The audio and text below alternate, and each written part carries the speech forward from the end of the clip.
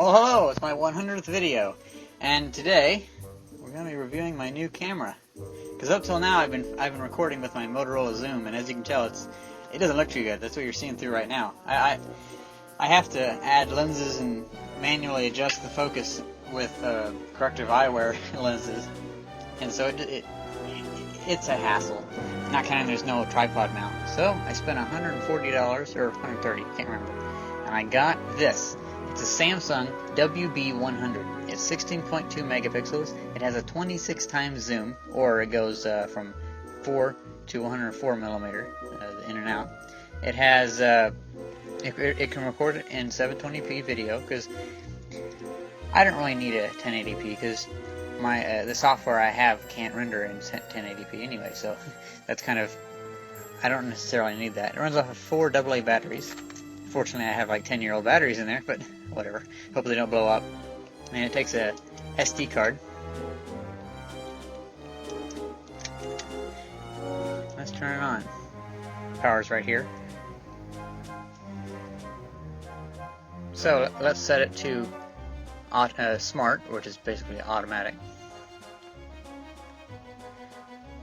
That's for pictures, and let's take a picture.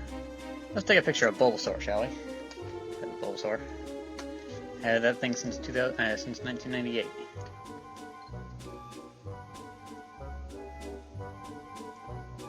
Might have to mess with the ISO and stuff like that. But anyway, I really like how they zoom in pretty far. But the other feature I think it has, at least it says so on eBay, was that you could change the shutter speed. You can go from, I think, a 30th of a second all the way up to 16 seconds, and it has an ISO up to 3200. So what that means is I can use this on a telescope someday. So I can take really long exposures to get really good images. Well, not really good, but as good as I've ever gotten. Well, after messing with it, I discovered it does not have the 16-second exposure time. It really pisses me off. Especially since the online reference and a lot of the online references, the seller listing, and the user manual say it has an adjustable up to 16-second exposure time.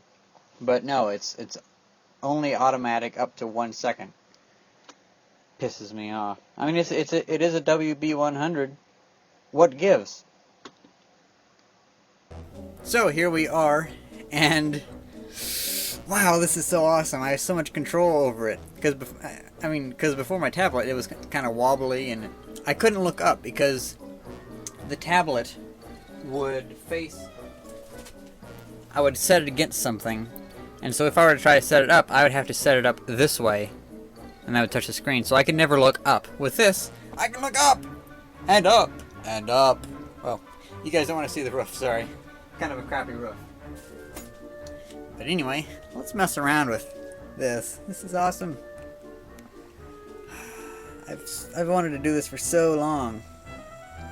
Now, I do notice an issue, or not really an issue, but whenever the camera comes, whenever the camera comes, its default setting is to not record audio whenever you're moving the camera in or out. I mean, zooming in or out. So, I hope they save my settings while I have the batteries out, because that would be kind of tedious, because I imagine I would most likely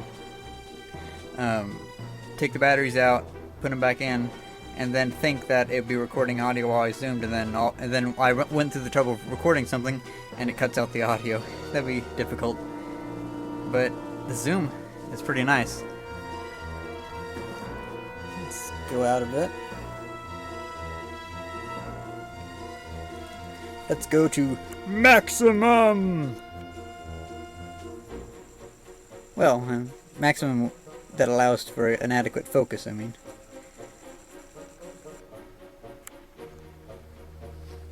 Takes a bit for it to focus. That's odd.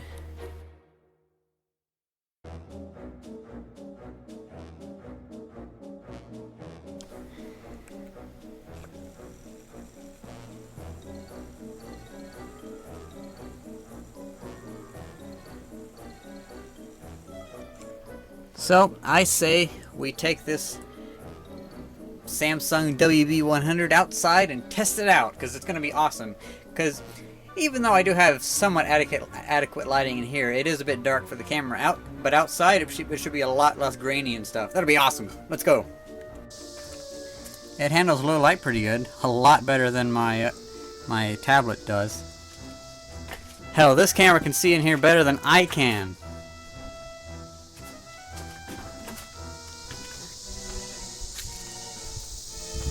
And it seems to be really smooth too. It has, I think it said it has double image stabilization. I don't know. Looks pretty smooth to me though.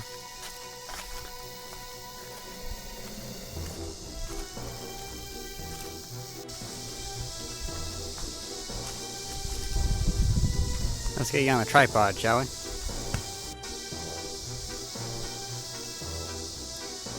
Let's zoom in a bit. I wish the zoom was a bit faster, but I guess even at this rate, at this pace, the focus controls can't catch up, so oh well. That's at the full 26 times zoom. Let's get up somewhere a little higher so we can see better, okay?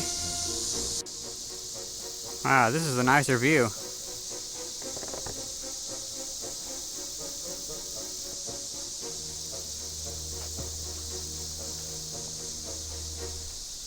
I wonder if we can see the stop sign way over there.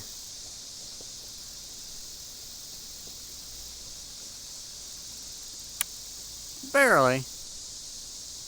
I like the depth of field effect on those leaves. It looks really nice.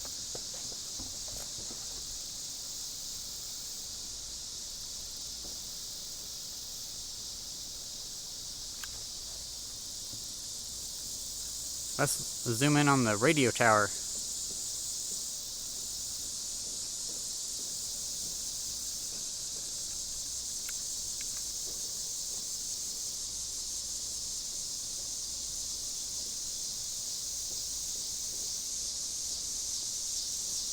Wow, I love this.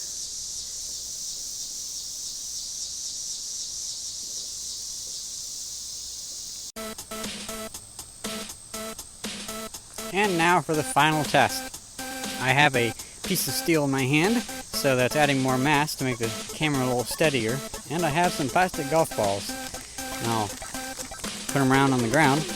I actually had to mow the lawn because it didn't work first time. But I'm going to test 3D motion tracking. Basically, I can determine where the ground is, then I can superimpose and render a three-dimensional model onto it.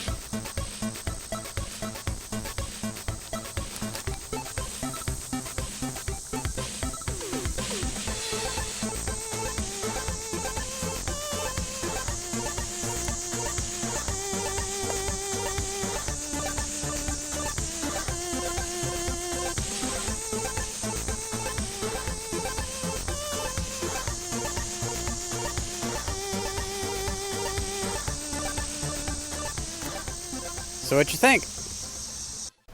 So in the end, I'm pretty happy with the camera. I'm not happy that they got the data mixed up, and I thought I was going to be able to use it for astronomy also. I mean, I believe it'll work okay for like shooting pictures of the moon. I have an idea for a couple videos for that.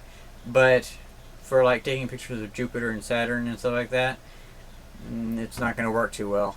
So, I mean, that's okay, because it's going to work pretty good for recording videos for my YouTube channel, because it's going to be a lot easier doing that than lugging around a tablet. And also I can zoom, because my Motorola Zoom couldn't zoom. How ironic. And also it couldn't focus. That really irritates me, how it wouldn't focus for some reason. But if I do want a camera for my astronomy, I'll just probably get a different camera, because I come across cameras a lot at yard sales, like my Mavicas. Well, that was from 1997, but something more like this from 2002. This would probably be better quality. Actually, I think it does have a 16-second exposure time. I just gotta figure it out. There's too many doohickeys and things on that.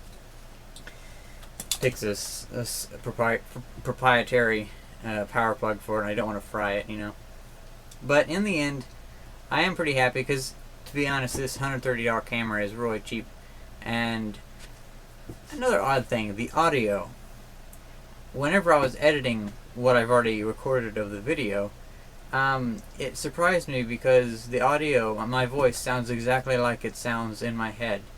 I always heard that's not supposed to happen because the sound waves travel through your jaw or through your skull. But when I hear myself in the footage, it's like, that's me. That sounds like that sounds like I'm talking. Maybe it's just because I'm used to crap microphones, but oh well. Well, anyway, I really like my Samsung WB-100. So if you're ever looking for a cheap camera, I'd recommend it. Well, see ya.